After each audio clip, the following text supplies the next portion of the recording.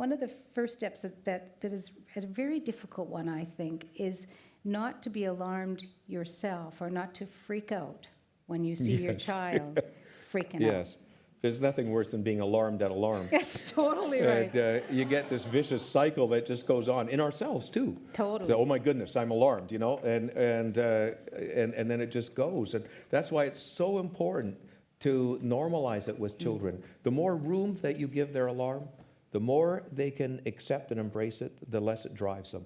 And the same is for us. That's always been the paradox of it, is that if we can find a way of making room for it, it's just normal to feel that way. There'd be something wrong with you if you didn't feel scared. Of course you feel alarmed. And of course your brain invents things about this, about the spiders or so on and so. That's just what brains do. They have fun with this. And once my son Braden, the youngest son, he said, well, then I want a new brain. But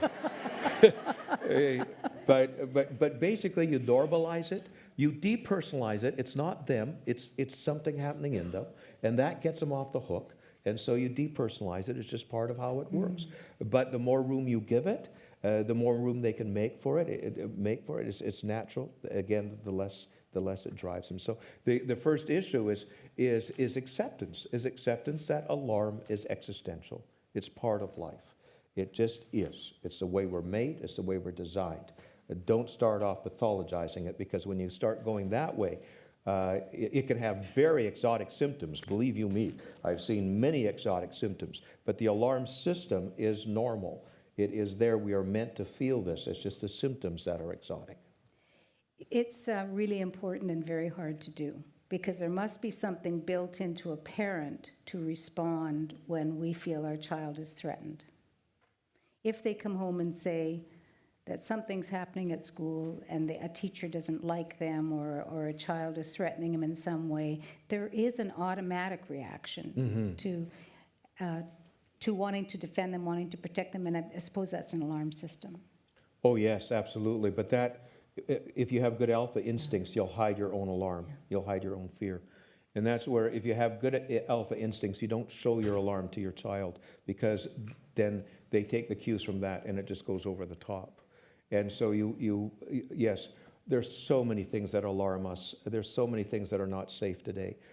Children don't have that kind of open territory, being able to wander all the way around. We're alarmed a lot, but they must not know that. That would go over the top for them. And again, that's part of the alpha instincts, is you don't show your fear in your eyes. You learn to bluff it, because it's not something that they're meant to see.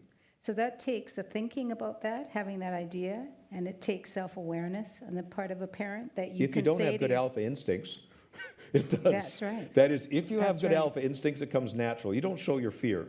You don't do this. If you remember where the wild things are, how did he tame his fears? The secret, of course, is that's a secret. He looked into each of their yellow eyes, and he looked at them until they all gave way, and they crowned him king of the wild things. And that was alpha. Alpha is in the eyes, especially for males. Never figured out for females, but that's my next life. And if we don't have that, we can there. make it up. We can learn it. We can practice. We can do before Yes, we are. if we can't find those instincts in us, where we are the answer to our child, and those don't come natural, fortunately, we also have a mind, and we can get there through consciousness and language and being able to intend ourselves there.